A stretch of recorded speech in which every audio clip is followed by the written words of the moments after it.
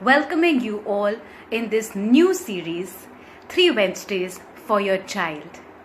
This is a series where we will be coming live with child psychologist Devika Bahari for 3 Wednesdays beginning today.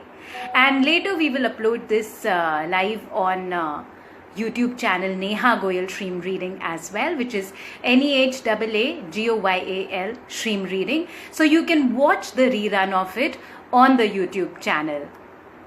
And while Devika ji will be coming online over here, do type in your questions in the comment section. We will be having a discussion on how to take care of our children in this troubled time, where it's probably a unique situation for a lot of parents, and parents are still adults. They still probably have a little more information about how to handle their emotions. But when it comes to children, those could be the people who are actually suffering, because this is absolutely new to them and they don't know how to deal with it. So if you have any question in relation to that, please ask in the comment section, and Devika ji, while she is on board, we will pick up those questions and take this feed forward. In the meanwhile, I had posted certain questions. I had asked for my sacred group, the Sacred Space group, also if they had any questions, which they had. So we will begin with those, and while Devika is picking that up, you can ask anything that you want to ask. So I'll just wait for Devika to join in. Namaste, Devika. Okay, she's there. I'll just wait for Devika to join in. In the meanwhile, please invite your other friends as well. Much, Devika, for agreeing to come online in this trying time. And just to announce it for everybody else, Devika is a child psychologist, a school counselor as well. She has an extensive experience of 15 years. So in this troubled time, where it is very unique for all of us, we have never faced it. We are still adults, and probably the kind of generation which could be suffering, who doesn't even know how to handle it at all, are the children. So this was something which I had in my mind, and I discussed it with Devika, and she agreed to come online and do this series of 3 Wednesdays for Your Child, where we will be coming live every Wednesday over here on the handle Neha Goyal, NEHAAGOYAL. We'll be picking up questions in relation to if you have any for your child. In fact, if your child is there with you, he or she can also ask these questions, and we will take it forward as in how we progress. So just to put a pace to all of this, Devika, I had asked people from my Sacred Space WhatsApp group if they have any concerns in relation with the topic of today, and they have been kind enough. They had a couple of issues which can we begin with those? Can we start discussing those? Sure, whatever, one by one, we'll just go with the flow, I guess. Great. Yeah. So Devika, this is a question from somebody. She says that, Neha, I had a fight with my husband and there is a lot of anger inside me. Unfortunately, I did not want to, but my daughter was asking me something related to her online school, and I lost control of my temper. Later, she says she did say sorry to her. The daughter is 9-year-old. So her question is that, how do I explain to her that sometimes I'm not actually angry at her, but there is something else going on, and unfortunately, even though I don't mean to, but I do land up hurting her feelings. And in fact, this is something which could be common amongst a lot of people. We have a tendency as a transformation coach, as somebody who does mindset coaching also, I can say that we tend to release our excessive emotions on those people who are easily available to us, and we know that they will not retaliate. But let's hear from the expert in child psychology. Devika, what would you suggest to this beautiful soul here? She did not want to, but it just happened. So how can we take care of this situation? So first of all I would like to acknowledge that she's very mindful of what she is doing. Because the first step to overcoming something is identifying and being mindful of it. And I want to really, really say, wow, because a lot of people are in denial. and they're slaves to certain habits and behavior, and they don't know what's going on. So that is wonderful that she's mindful of what's going. Now, having said that, what is happening is displacement. Okay, the term I would say is displacing your emotion, because she's not able to have the skills to cope with it, because she's being overwhelmed by it as a parent. Okay, so she's displacing or transferring something else somewhere else. Right. And unfortunately, her child becomes a punching bag, right? Or anybody who we know will not respond or react. So first step is to be aware of what is happening and to make sure it doesn't become a pattern, to talk to your child in the child's language. First is for her to understand what is happening, which is displacement, to acknowledge it. And then tell the child, Ki, I am sorry. The fact that you said that she spoke to her child and said she is sorry, so have that conversation with the child, because that should not become a pattern with the child in her life in the future, right? And to give her the skills to cope with her emotions, be it whatever resonates with her. You know, I would like her to invite herself to think about what it is that will help her cope, the life skills to cope with her emotions, to restore that balance, so that she does not transfer it on to anybody tomorrow. It could be anybody. It could be today. We don't have household mates, so obviously it could be anybody who you know would not react or retaliate. So to be more mindful and to feel and understand, and the answers within, to really take a step back and, okay, A, she's acknowledging what's happening. So how is it that I can help myself from the environment? I'm sorry, and I know this is not healthy, and I would like to work on it. And meanwhile, find whatever skills or coping strategies she could, whether it's meditation, whether it is, watering plants, whether it depends, because each to its own. It has to be very customized to that particular person. Since I haven't met her, I don't know her. We're talking generally. So it is basically about what resonates with her, So I think she will definitely overcome it. Yeah, that's a beautiful, way of dealing with it. So basically take a time out from the situation, and maybe in the beginning you can tell your child that, baby, right now, can just give me a time out. Can I get back to you in some time? So this will help. And in the meanwhile, for her to channelize her emotion, literally either go and speak to the husband, because that's where the problem lies, as suggested by her, or beat a pillow, like basically channelize that entire emotion, that entire anger, while taking a time out from the child, and then go back to her and tell her that, thank you for giving me this time. Now tell me, what is the concern? So that's a beautiful advice. So basically, yes, to be mindful, which she is, which I think a lot of new parents are, like, there was a time when parents were not mindful about all of these things, but we have at least come a stage where people have started to be mindful about how they emote, as a parent also. So thank you for that, Devika. Okay. Now the next question is that so she says that, Neha, my concern is around usage in addiction of mobile. She says that my daughter doesn't eat food without it. Second is, if I make her eat without mobile, she takes nothing less than an hour to finish one meal. And this is such a common problem. I have seen it with, kids who are close to me also, and these kids are like 1 or 2 year old or so. So what would you suggest? First of all, Devika, do let us know that why does it happen? And now that, kids have got used to it, how do we handle this situation in a creative way? So first of all, the source of all of this is, it has been introduced, the screen, right? किसी ने हाथ में वो screen दिया है ना, तभी तो वो addiction आई है, right? If I may say so. So instead of judging ourselves for where we went wrong, forget about it. Let's move on, okay?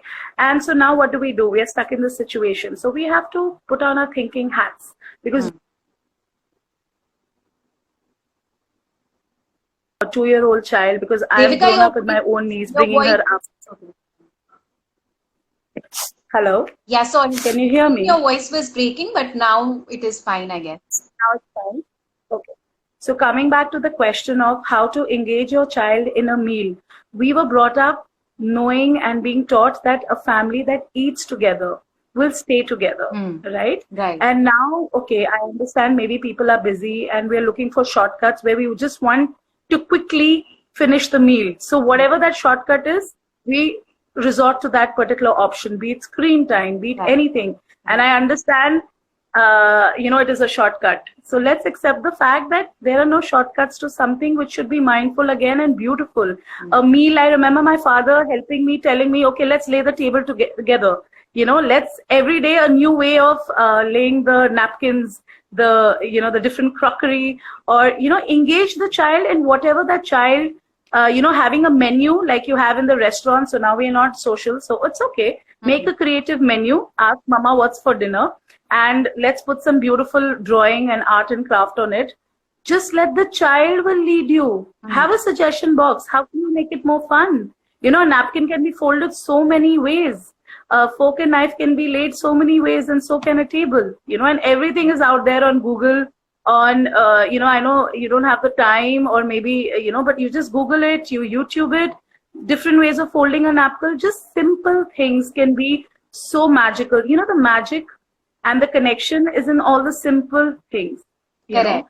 So you are saying that make the meal time as creative as possible and involve the kid in the entire process. So say, as you mentioned, that say, for example, that create a menu, write it down and give it to the kid, or ask the kid to say, okay, what is the restaurant menu that you want today? So make it a play, make it a game for them. And if you're talking about, if I may interrupt, if we are talking about a 1 or 2 year old child or a 2 or 3 year old child who doesn't comprehend all of this. Right. So yeah, simple things like whatever, okay, ghanti bajao, like I have a bell here. Okay, it's time for, dinner time now, let's go and, whatever. And then clapping when, that person eats something healthy, or one bite from here, and sharing is caring. Simple life skills, simple things that could make it very, very creative and fun for the child, so that he or she doesn't need to look at something else for that experience. He gets it from the parents or whoever is around. But now, don't you think, Devika, it has come, a lot of these kids have reached a point where for them mealtime means looking at a cartoon or looking at, something fun. Like, that's what I'm telling you. I have these 2-year-olds. They are fixated on the screen. And it's true. I agree that probably it's the parents' responsibility. We have only got them used to it. Such toddlers, how do we really engage them in making mealtime fun for them, and not just watching, as this person also said, that otherwise it takes her an hour. This entire thing takes an hour. So yeah, so it's like so it's okay, that's fine. We will start small. Okay, so we could maybe start small, take baby steps. There's a journey between that, 15 minutes of, let's not be in a hurry. A meal is anyway supposed to be wholesome. It's to be enjoyed. It's supposed to be mindful. And you should set an example. It's okay. Take your time. Right. Maybe not, you don't have an hour. Spread it over half an hour. We're not going anywhere. Correct. And start with baby steps. Maybe reduce the screen time slowly. See, if immediately you're going to withdraw something that a child is addicted to, which was obviously introduced to the child, it's going to have its other effects, right? Correct. So take it slowly and maybe have a charting, like when the time goes up of engaging with each other, connecting with each other during a meal. So you get a smiley. Oh, wow, clapping, wonderful. So then if you're taking one thing from a child, you're giving a child something even better. You're acknowledging that small baby step the child is taking and charting it and say, okay, 5 smiley means your favorite meal next time. Not about material things, but about appreciation, putting the limelight on that very small little change and effort together that you are able to do. Absolutely. Is what I would say. Beautiful ideas. Aarti also here mentions that board games, that you can engage them in board games also while, is that advisable, Devika? I would say board game as a reward afterwards. Like, lay the board game before the meal, because meal is you're supposed to be in the moment, enjoy, understand what you're eating, maybe make a different salad in a creative way, or the food in a, a smiley on the sandwich or something very, very different, so that you're focusing on what you're eating. The idea is not to distract you when you're eating. It's about focusing on what you're eating and the people you're eating with, and engaging yourself with that experience. Bonding and experiencing and sharing that meal time. Right. That is why it says the family Correct. Eats together. Right. So as somebody here also said that it's good creating a bond of friendship with kids. Absolutely. Devika, your net completely went in between. Okay, your net is I think it has gone now. Devika, can you hear us? Now I can see you. Yes, please go ahead, Hanji. Okay, perfect. Okay. Yes. So Can then, you hear me? Am I audible? yes, you are audible now. So, there's this other question also. So here is a parent asking that she has to work, and in the meanwhile, the classes for the kids, the online classes also happen at the same time, and it is getting very tough for her to make the kids sit and study, while she has to do the work, her own work as well. So what do you suggest for this kind of a situation, Devika? Okay, Devika, you went again. Devika, it happens when beautiful things are discussed. It's okay. Devika, your net. I'm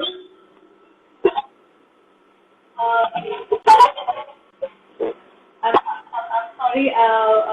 Let's give it a second because. Devika, no, we can't hear you. Okay, so it doesn't matter. I think we picked up a lot of, at least 2 to 3 concerns today. The idea is that this is a series. We are going to come back with it. So if you have a question, please message me. You can even WhatsApp it to me, or you can in the next week, next Wednesday. So catch us live once again at 9 p.m. I hope, I trust you enjoyed, what we were able to cover so far. And do inform your other friends as well, other friends who are parents. I can guarantee you that they will be helped by this series because, this kind of information. Okay, let me just try and see if I can have Devika back once again. Else maybe we will follow this up next week. Devika, can you hear me?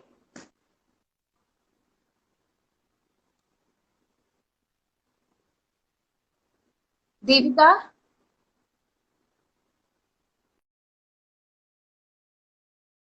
No, I think there is so no worries. Come back next week. Please message me your question and we will pick all of those up in the next week. Wednesday, stay tuned, 9 p.m. India Standard Time. Thank you so much, lovely souls, for connecting here, for putting your concerns forward.